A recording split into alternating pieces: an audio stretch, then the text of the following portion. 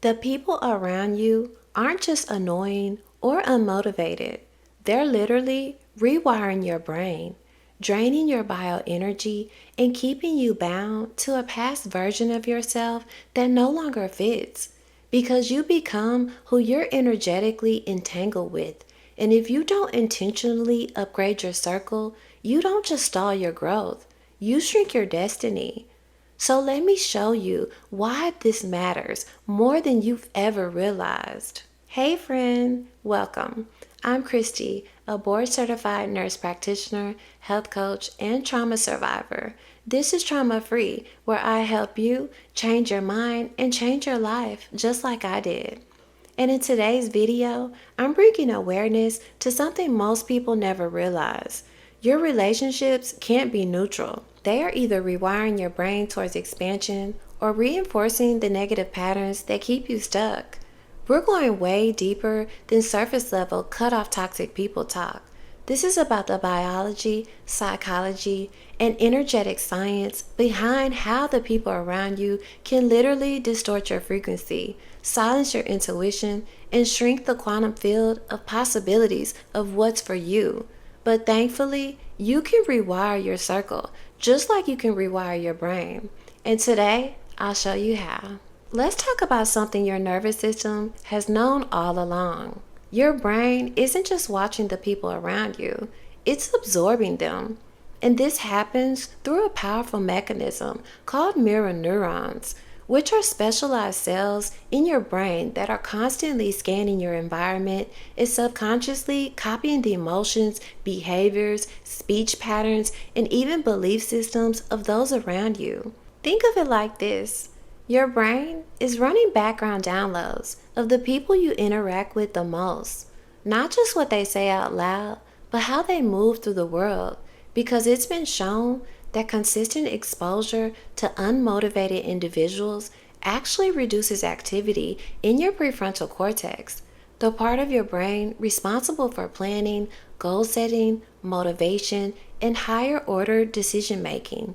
So in simpler terms, being around people stuck in complacency starts to suppress the part of your brain designed to help you grow. Over time, your ambition, creativity, and ability to envision a better future begins to dull. You might start procrastinating more, settling more, or telling yourself it's not that bad when deep down you know it really is. This process is called neural contagion, and think of it like catching a cold. It's why studies show that things like obesity, smoking, and even divorce can spread through social networks. Not because of peer pressure, but because of neurobiological synchronization. Because your brain literally starts to rewire itself to match the emotional and behavioral tone of those around you. So that's why elite performers and people that have done the deep inner work to heal create their environments with great precision because they know this truth. Your circle isn't just influencing you, it's programming you.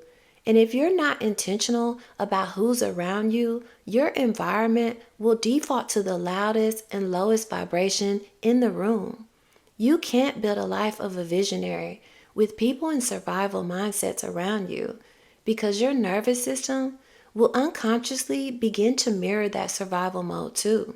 So when you feel yourself shrinking, losing clarity, or doubting your dreams, ask yourself, is this truly my belief or am I mirroring someone else's limitations? So let's go even deeper, beyond the brain and into the field, because quantum physics teaches us something even more far out about the people we surround ourselves with. Yet it's ancient at the same time. And that's the observer effect, which proves that conscious observation changes outcomes. Basically, your attention destroys infinite possibilities into a single lived reality. But here's the part most people don't know. It's not just your attention shaping your future. It's also who's watching you. So if you're surrounded by people who doubt your dreams, dismiss your growth, or downplay your transformation, they become co-observers in your quantum field. And this disbelief begins to bend your reality too. because in quantum mechanics, observers collapse wave functions, which means they reduce potential in what's most expected. So if someone in your life only sees the old version of you, the broken, plain, small version of you, they unconsciously reinforce that outcome into your field of probability. This is what I call entangled reality loop. And here's how it works. Like quantum particles, we entangle with the people we spend the most time with. We begin to share emotional frequencies, our brain waves synchronize, and our beliefs start to overlap with theirs. So, what starts as their fears, their scarcity, or their stuckness becomes your internal resistance. In fact, studies in quantum cognition have shown that group belief systems can alter individual decision making and your perception of possibilities. So you start second guessing ideas you once felt bold about, and you shrink your goals so you can stay accepted. You may call this being realistic, but it's really just field interference. As spiritual teacher Neville Goddard once said, your assumptions harden into fact.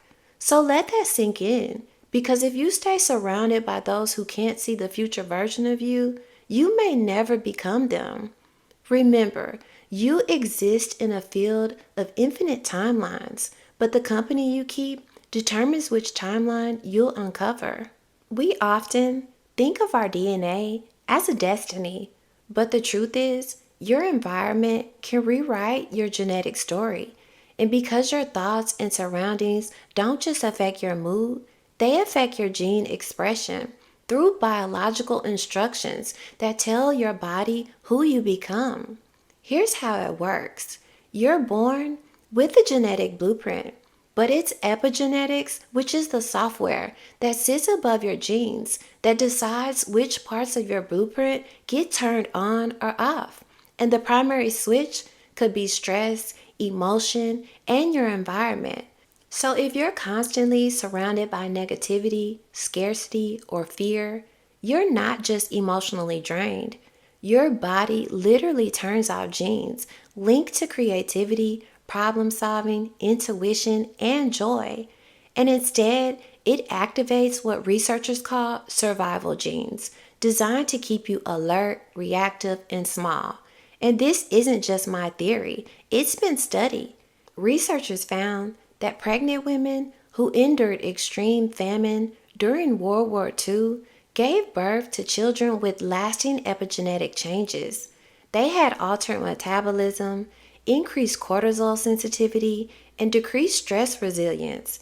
Even decades later, their adult children still bore the biological imprints of their mother's emotional and environmental trauma.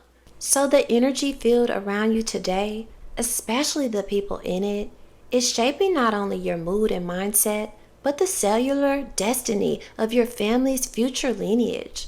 Think about it. That draining friendship, that unloving partner, or that environment of constant stress might be suppressing your intelligent genes. In fact, it's been found that social stress can inhibit hippocampal neurogenesis, which is the brain's ability to form new memory and learning cells, while supportive environments actually do the opposite.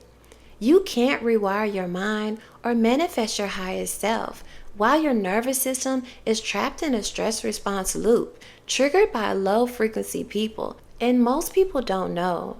Your body stores stress data generationally because studies have shown that with Holocaust survivors' descendants, trauma leaves epigenetic markers passed down, not just emotionally, but biologically. So every time you allow low vibe environments to persist in your life, you may be hardwiring stress sensitivity into your future children's DNA. So ask yourself this: are the people around me activating my potential or just keeping me stagnant? Because your DNA is listening. Let's talk about energy, not metaphorically, but literally, because every conversation, every interaction, and every thought shared between you and another person leaves a residual frequency in your energy field.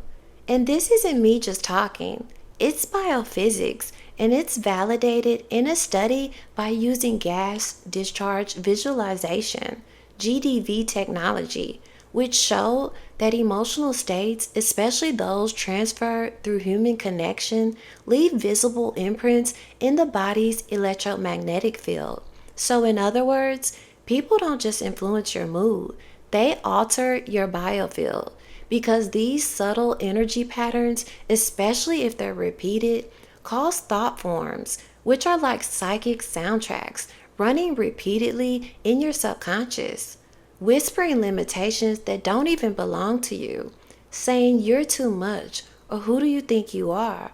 But they're not your voice. They're from someone else's fear or doubts because we're all plugged into something called morphic fields that are shared fields of memory and behavior. Your family has one, your friend group has one, and your workplace does too. And inside each of those morphic fields are energetic norms, habits, emotional baselines, and unconscious expectations that are constantly being transmitted through resonance. In fact, the morphic resonance theory says that once a pattern is established in a field, it becomes easier for others in the field to adopt the same pattern, even if they're unaware of it. So if you stay too long in a field dominated by scarcity, fear, or stagnation, you begin to replicate those patterns without even realizing it. And this has been shown in the entrepreneurial groups that intentionally left disempowering peer networks and entered expansive consciousness fields, aka high performance masterminds or visionary communities. They tripled their income within 6 months, not just because of opportunity, but because they escaped the gravitational pull of being average. In physics, lower vibrations exert more density and they pull you inward, and higher frequencies are expansive and they launch you outward. So while you might think staying around certain people is just being loyal or grounded, energetically you're being held down at a lower frequency because energy is contagious and morphic fields don't need your permission, they just need proximity. So the real question to ask yourself is, are you being shaped by a field that reflects your past or one that activates your future? You've probably heard the saying, you're the average of the 5 people you spend the most time with. But what if it goes even deeper than habits or mindset? What if the people around you are really reprogramming your brain's reward system and affecting your neurotransmitters? So let's talk about dopamine, the brain's chemical messenger for motivation. It's not just about pleasure either, because dopamine is what drives you to pursue goals, stay disciplined, and feel excited about your future. But here's the mind-blowing part. A 2023 study introduced the concept of neurocontagion, showing that humans don't just imitate behaviors, we subconsciously mimic each other's brain chemistry. When you consistently surround yourself with low motivation individuals, those addicted to comfort, distraction, or complaining, your brain starts mirroring their dopamine patterns, and you slowly begin to crave what they crave, avoid what they avoid, and settle where they settle. Because consistent exposure to people with low drive and high distraction seeking behavior can reduce your dopamine production by up to 62%. Especially in areas of the brain responsible for delayed gratification and long-term goal pursuit. Let's say you woke up inspired. You got a vision. Then you talk to someone who always complains, scrolls endlessly, or makes you feel like you're a bother. Subconsciously, your brain goes, oh, this is the standard. So it begins to downregulate your dopamine receptors to match their frequency because your brain wants to belong, even if it means lowering your vibration to do it. This is why you'll notice your fire fading because you're chemically adapting to a field that doesn't challenge you to rise. In case you didn't know, you're a walking biofield of potential, but that potential is constantly being shaped, amplified, or suppressed based on who you allow into your energy. So, if you're serious about manifesting your highest timeline, you need to upgrade your circle like your life, health, and destiny depends on it, because they do. So, let me break it down for you with the science to back it up, using my 3 steps to upgrade your circle and your life. Step 1. Begin a neural reset with the 7-day input cleanse. Because, like Dr. Andrew Huberman said, you don't rise to the level of your goals, you fall to the level of your input. So, cut out all non essential contact with energy drainers, including that group chat full of complaints or the so called friend or family member who always doubts your ideas, or the scrolling of social media that makes you feel small. Then replace it with what I call artificial ascension, with podcasts that challenge you to grow, YouTube mentors who think 10 times bigger, and audiobooks that stretch your vision. Because mirror neurons are firing regardless if the person is physically present. That means following a mentor online for 7 days can rewire your brain more than 7 months with someone who plays small. Step 2. Adopt a biofield transplant by upgrading your environment, because your nervous system is like a tuning fork. It matches whatever field it's immersed in. So give it something to calibrate upward to by spending at least 10 intentional minutes in a high frequency place. That could be an art gallery where beauty vibrates, hiking trails, especially near mountains or water, beaches at sunrise for an instant energy shift, or a forest trail where clarity hums through the trees, because nature resets your frequency, and it's been shown that being in high coherence environments regulates your heart-brain connection, increases resilience, and elevates your electromagnetic field. Step 3. Quantum jump your reality with the identity detox. And this is where you actually make it official by writing yourself a contract, breaking ties with past level identities and low frequency connections that no longer align with who you are, releasing all attachments, beliefs, and relationships that reflect an outdated version of yourself. And proclaim to yourself you are now a vibrational match for your future. Then sign it. This may sound symbolic, but that's the point, because these kind of acts speak to your subconscious, which governs 95% of your behavior and identity. So by doing this, you're not just writing words, you're declaring a new frequency. Let me be clear, your relationships aren't just relationships, because the people around you change you. They rewire your biology, because their energy can literally turn your genes on and off. They reprogram your brain because you unconsciously copy their habits and moods, and they shape your future because every interaction opens or closes doors you can't even see yet. So ask yourself this: are the people around me activating my future or keeping me stuck in the past? And subscribe to Trauma Free for more mind-shifting content, and let me know in the comments if you will be making changes to the people you allow around you. And remember, you don't owe anyone your vibration, but you do owe your destiny your commitment. So until next time, stay trauma-free and take care.